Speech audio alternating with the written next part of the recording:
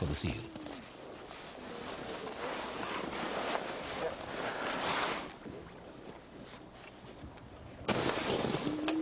Go, tiger.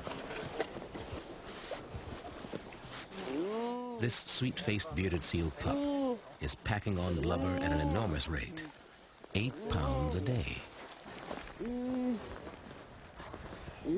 Getting hard. His mother's milk holds the key. A rich white brew, half of it pure fat. This ancient recipe for survival in the cold is now sullied with chemicals toxic to seals. And polar bears eat seals.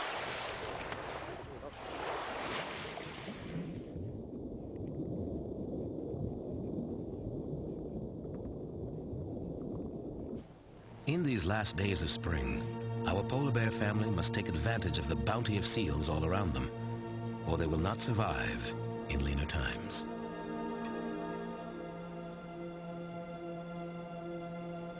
A bearded seal pup lies stranded on the ice, and the mother catches its scent. She begins to stalk. Eventually, her cubs will learn to stay still when she goes into hunting mode, but for now, they scamper after her, threatening to give her away. But for this young seal, there is no escape.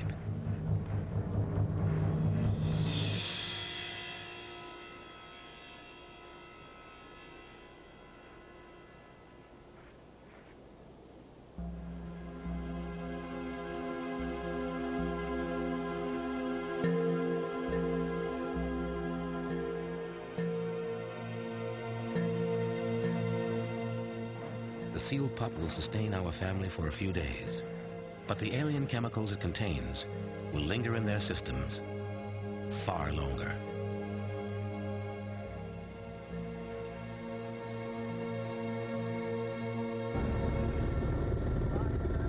To find out how long, the Polar Institute regularly studies the bears of Svalbard.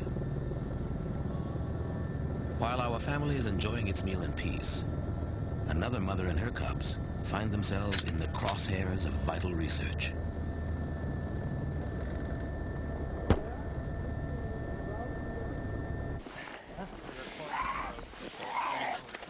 Testing a mother with cubs is a delicate business. The babies stick right with their mother, but the team gently lassos them in case they should panic and try to run off.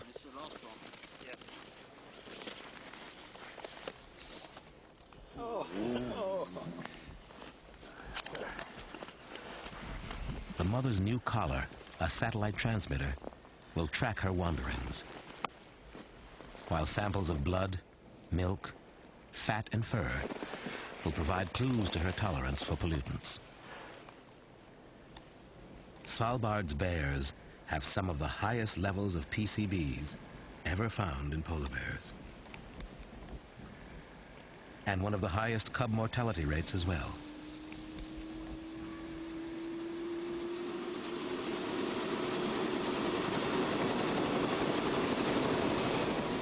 As this mother starts coming around, the team keeps its distance as they watch her recover.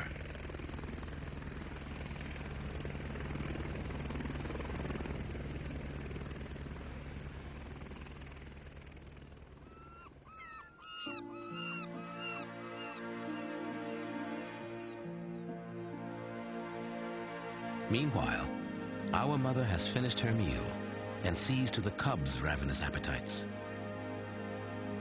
The scent of the kill might attract other bears, so she samples the breeze periodically.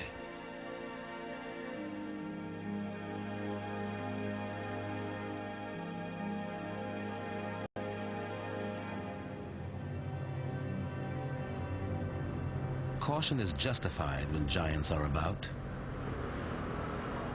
The trail leads to a cub killed by a mature male.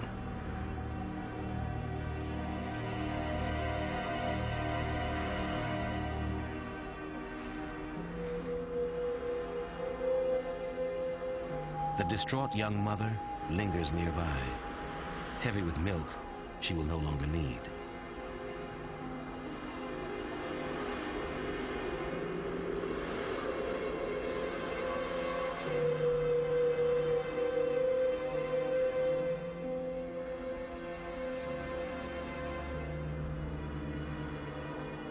But Mother has done well, and by late spring, the cubs are strong and ready to follow her out onto the retreating pack ice, where seals are plentiful.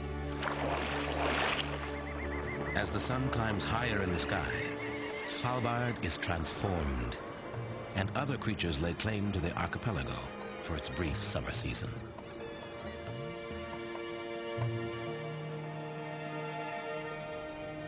Just a few weeks later, fall arrives. And hard on the heels of autumn, winter's darkness descends, cloaking the bears as they haunt the breathing holes of seals like deadly ghosts in the long night.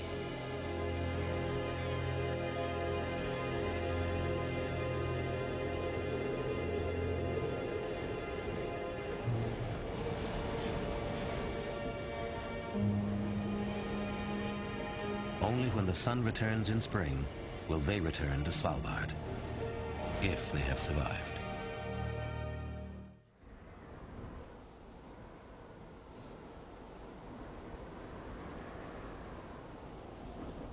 Another March arrives on Svalbard, and spring finds two cubs, 15 months old now, fat and contented, on the shore. They're 200 pounds apiece, and their mother must kill every few days to keep her family fed. It's time the cubs learn to hunt.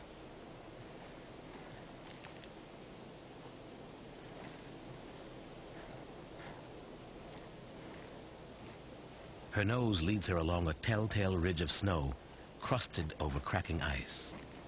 It's the kind of place where seals dig lairs for their pups. She thumps her weight down where she smells a lair, hoping to crash through its roof and catch its occupant by surprise.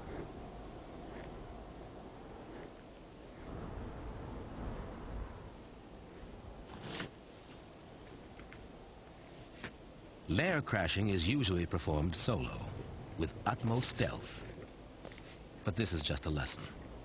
Even if the seals are long gone, the cubs need to master the technique.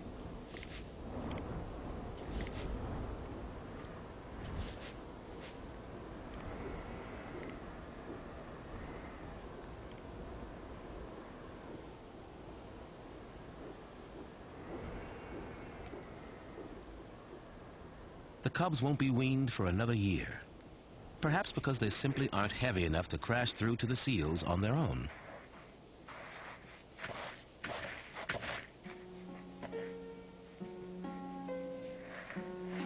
The yearlings love to play, and a reindeer leg provides an endlessly diverting toy.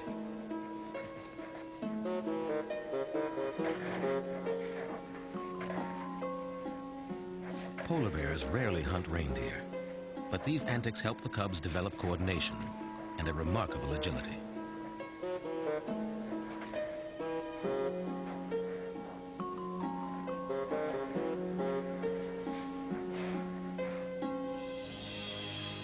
The mother is now content to wander hundreds of yards from her young in search of prey. Adult males still pose a threat, but the cubs can catch up to her quickly now.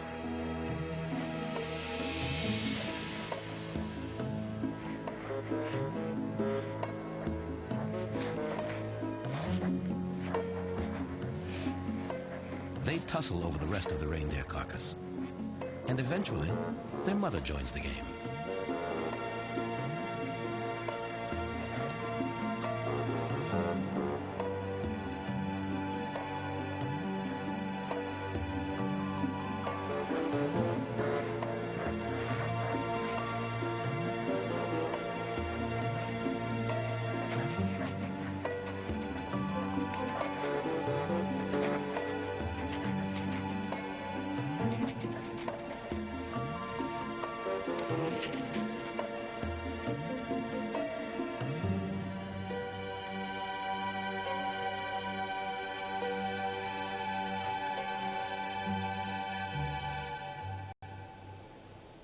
It's now May, still spring in the Arctic, and already the sun shines 24 hours a day.